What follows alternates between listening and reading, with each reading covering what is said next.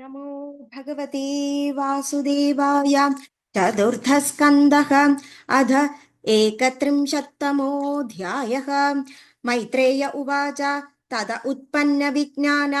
आश्वदोक्षज भाषितं स्मरन्द आत्मजे भार्यां विसृज्य प्राव्रजन् गुगृहात् दीक्षिता ब्रह्मसत्रेण सर्वभूतात्ममेधसा प्रतीच्यां दिशि वेलायां सिद्धो भूद्यत्र जाजलिः तानिर्जितप्राणं मनोवच्चोदृशो जिदासनान् शान्तसमानविग्रहान् परे मले ब्रह्मणि योजितात्मनः सुरासुरेड्यो ददृशे स्म नारदः तमागतं त उद्धाय पणिप्रत्याभिनन्द्य च पूजयित्वा यदादेशं सुखासीनमधाब्रुवन् प्रचेतस ऊचुः स्वागतं ते सुरर्षेद्य दिष्ट्या नो दर्शनं गतः तव चक्रमणं ब्रह्मन् नभायाय यथारवेगे यदादिष्टं भगवता शिवेनाधोक्षजेन च तद्गृहेषु प्रसक्तानां प्रायशः क्षपितं प्रभो तन्न प्रद्युत्तयाध्यात्मज ज्ञानं तद्वार्तदर्शनं येनात् स जातरिष्यामो धूतस्तरं भवसागरम्। मैत्रेय उवाच इति प्रचेतसां पृष्टो भगवन्नारदो मुनिः भगवत्युत्तमश्लोक आविष्टात्मा ब्रवीन् प्रबृपान्। नारद उवाच तज्जन्मतानि कर्माणि तदायुस्तान्मनोवजः नृणां येनेक विश्वात्मा सेव्यते हरिरीश्वरः किं जन्मभिस्त्रिभिर्वेक शौक्लात् सावित्रयाज्ञिजैः कर्मभिर्वा त्रयी प्रोक्तैः पुंसोऽपि विबुधाक्षयुषा श्रुतेन तपसा वा किं वचोभिश्चित्तवृत्तिभिः बुद्ध्या वा किं निपुणया बलेनेन्द्रियराधसाम् किं वा योगेन साङ्ख्येन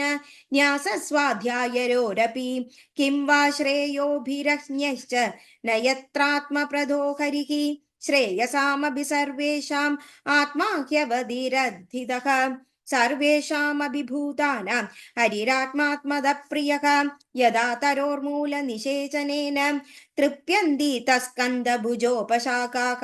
प्राणोपहाराश्च यथेन्द्रियाणां तदैव सर्वाकरणमच्युतेज्यां यदैव सूर्यात् प्रभवन्ति वारः पुनश्च तस्मिन् प्रविशन्ति काले भूतानि भूमौ स्थिरजङ्गमानि तदा हरावेव गुणप्रवाहः एतत्पदं तज्ज जगात्मनः परं सकृदद्विपादं सवितुर्यथा भवा यदा सबो जाग्रति सुप्तशक्तयो द्रव्यक्रियाज्ञानभिदाभ्रमात्ययः यदा नभस्य भ्रमतमप्रकाशा भवन्ति भूपा न भवन्त्यनुक्रमात् एवं परे ब्रह्मणि शक्तयस्त्विमु रजस्तमसत्त्वम् इति प्रवाहः तेनैकमात्मानमशेषदेहिनां कालं प्रधानं पुरुषं परेशं स्वतेजसा ध्वस्तगुणप्रवाह आत्मैकभावेन भजध्वमद्धा दयया सर्वभूतेषु सन्तुष्ट्या येन केन वा सर्वेन्द्रियोपाशान्त्य चतुष्यत्याशु जनार्दनः अपहतः सकलैषणात्मलात्मा न्यविरदमेदिदभावनोपहूतः निज्जनवशगत्वमात्मयोऽयनोऽयं न सरदिच्छिद्रवदक्षजः सतां हि न भजति कुमनीषिणां स इज्यां हरिरधादात्मनदनप्रियो रसज्ञः श्रुतधनकुलकर्मणां मदैर्ये विदद्धति पाममकिञ्जनेषु सस्तु श्रियम् अनुच्चरतीं तदर्चिरश्च द्विपपदपदीन् विबुधांश्च यत्स्वपूर्णक न भजति निजभृत्यवर्गतन्त्रक कथं मुमुद्विसृजेत् पुमान् कृतज्ञः मैत्रेय उवाच इति प्रेचतसो राजन् नश्च भगवत्कथाः श्रावयित्वा ब्रह्मलोकं ययौ स्वायम्भुवो मुनिः तेऽपि तन्मुखनिर्यातं यशो लोकमहाकलं हरेर्निशम्य तत्पादम् ध्यायन्तः सद्गतिं ययुः एदत्तेभिहितं क्षक्तर्जन्मानां त्वं परिपृष्टवान् प्रचेतसां नारदस्य संवादां हरिकीर्तनम् श्रीशुक उवाच